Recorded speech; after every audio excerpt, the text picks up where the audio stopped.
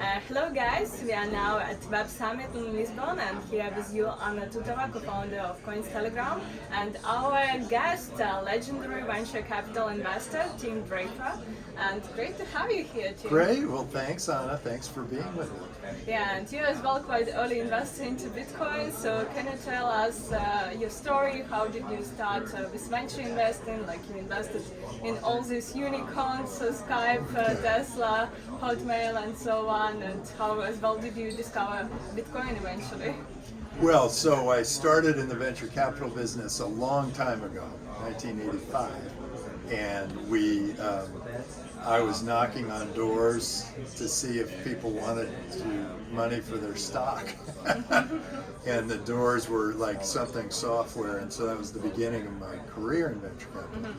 And then it moved along, we caught the internet just right, we funded Hotmail and a number of other great internet companies, and then started to go international.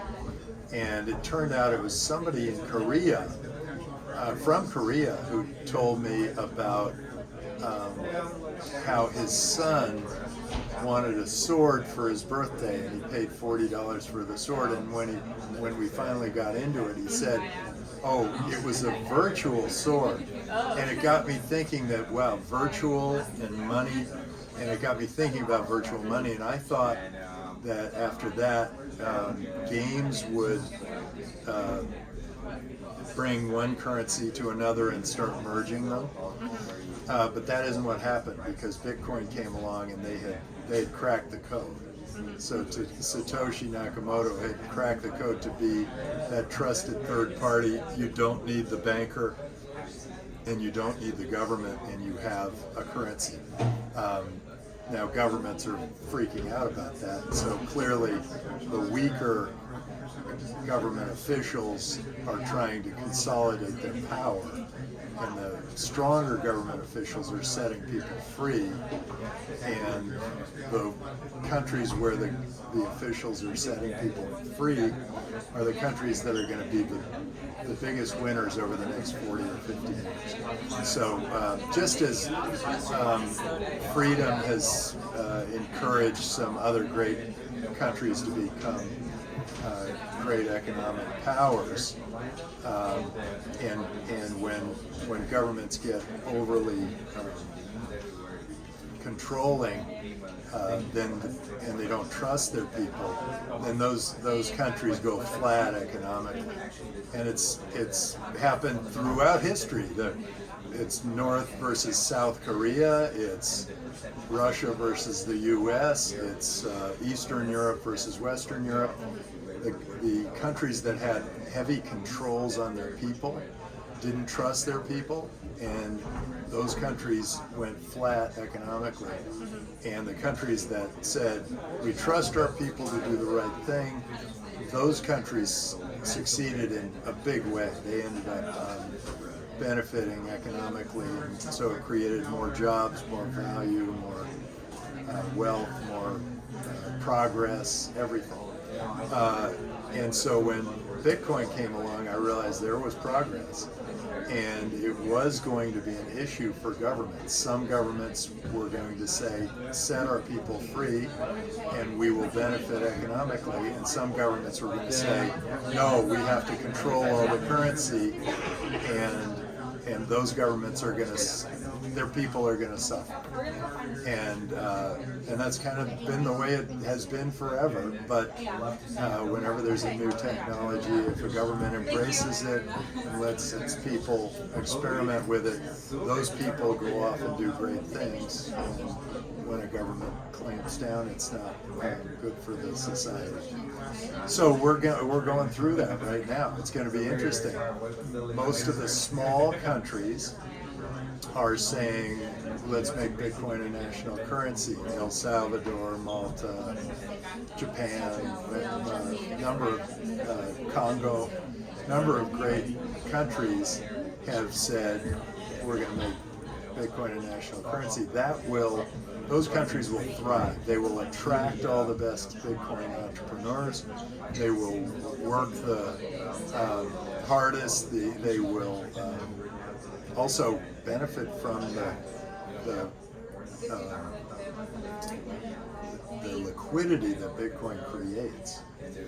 What do you mean on the liquidity which Bitcoin creates? Well, we used to carry around shells with us to trade, and then it was gold, and it was all heavy, and it was very difficult to trade. And then it was the promise of gold, and that was a little easier. And then it was the promise of the government saying, okay, we'll support this.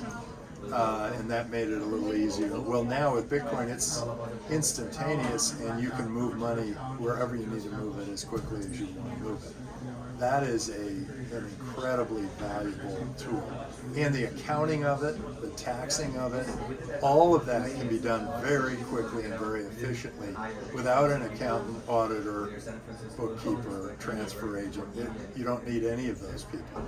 So we are moving into a time of better liquidity, freer motion of wealth, and that always brings the wealth of the planet up. And so I think it's going to be good for society. I think we're going to see a wonderful thing happen, particularly in those countries that allow it to happen or to encourage it to happen. Yeah. And which year did you buy your first Bitcoin, and did you see immediately? I think it was 2012 or 2011. I think I bought my first Bitcoin. I paid $6 per Bitcoin, and then somehow it got disappeared in the Mt. Gox fiasco. Somehow I got a fortune sitting there out there in the world. But I thought, oh, too bad, that was a nice experiment, and that's the end of it. But it wasn't. People really needed Bitcoin. They were saying, this is how I pay my family overseas. This is how I pay my employees overseas. This is how I work with the unbanked. This is how I... But before, when it was in 2011, do any people use it? Yeah, apparently they were using it, because I thought it would disappear on the news that Mt. Gox stole all that money. It didn't disappear. It just dropped about 10 or 15% in price. And to me that meant something's going on. People are really interested in using this currency. So I dug in, and they're using it for a lot of great purposes. And so that when the U.S. Marshals auction came up with the Silk Road money, I bid over the market to get it. And I'm figuring that if it worked, and all these people really needed it, that it was going to be proliferating throughout the world. And it has. There are 100 million Bitcoin wallets now. And that's pretty extraordinary, pretty exciting. And we're only 15 years in. People say, well, that's not, why aren't there 10 billion wallets? Well, there aren't 10 billion wallets because it takes time for new technologies to proliferate throughout the world. Facebook's everywhere, but it's 20 years old. So give Bitcoin 5 more years and you'll see some great things happen. And as well, what the best use cases do you see for Bitcoin, for blockchain? What type of companies do we really need? So I think the best uses for Bitcoin are as a currency. I think as soon as we can buy our food, clothing, and shelter in Bitcoin, and then there's no reason to hold on to any fiat currency. And because you'd rather have a currency that is completely trusted, completely away from bad governments, away from banks, and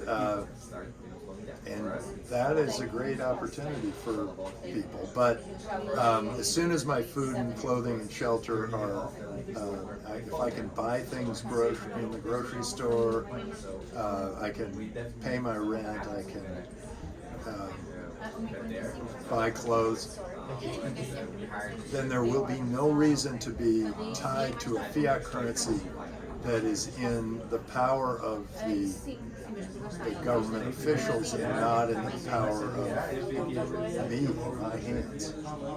It's amazing when you download Bitcoin and you put it on a ledger, how interesting it feels.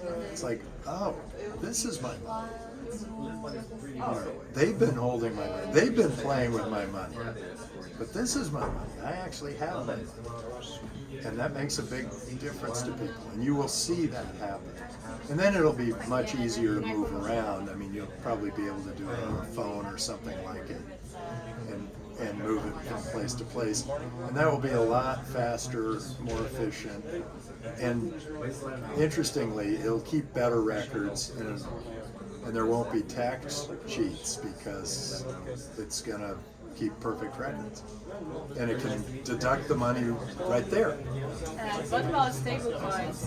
We still consider prices of Bitcoin into USD to US dollar or stablecoins, and especially taking the nature of volatility of Bitcoin, it's almost impossible to pay just for small everyday purchases. So on volatility, one Bitcoin is still one Bitcoin. In fact, it's the least volatile currency out there because there are only 21 million of them out there. But all these other currencies, the fiat currencies, are very volatile against Bitcoin as they slowly disappear from use. But it'll take years. And then they'll be gone and we'll have Bitcoin. Stable coins are a nice bridge to Bitcoin because it gets people comfortable with this digital currency and how it moves around. But it's not decentralized, it's not open, it's not completely transparent, it's not global. So what's the real point of it? You're still tied to some political force. And some of them, like Terra and Luna, weren't even created well. You know, that was created. There was a flaw to the creation of those two currencies. And in your opinion, what's going to happen when all 21 million Bitcoins are minted?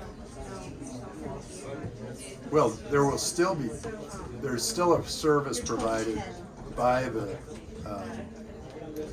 miners, and the miners will continue to provide that service of checking on the blockchain.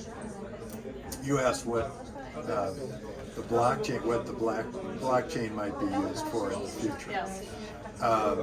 First, it keeps perfect records, so clearly accounting for Bitcoin. But there are all these other things that can happen with perfect records. It can be your healthcare records, it can be your driver's license, it can be a number of other permanent pieces of data. But it also can be used in a smart contract where if you want to do a deal with somebody, you both benefit from that deal. And if you do it, typically you would draw it up in a legal contract, but you can actually draw up a waterfall in a smart contract in software, and that doesn't require lawyers, doesn't require anybody to look over accounts, doesn't ever create a fight because the people have all agreed in advance that this is what the software is going to do. I actually think that along with Bitcoin and eventually the DAOs are going to create an anthropological leap forward for humanity. You're going to see humans just better off because of it.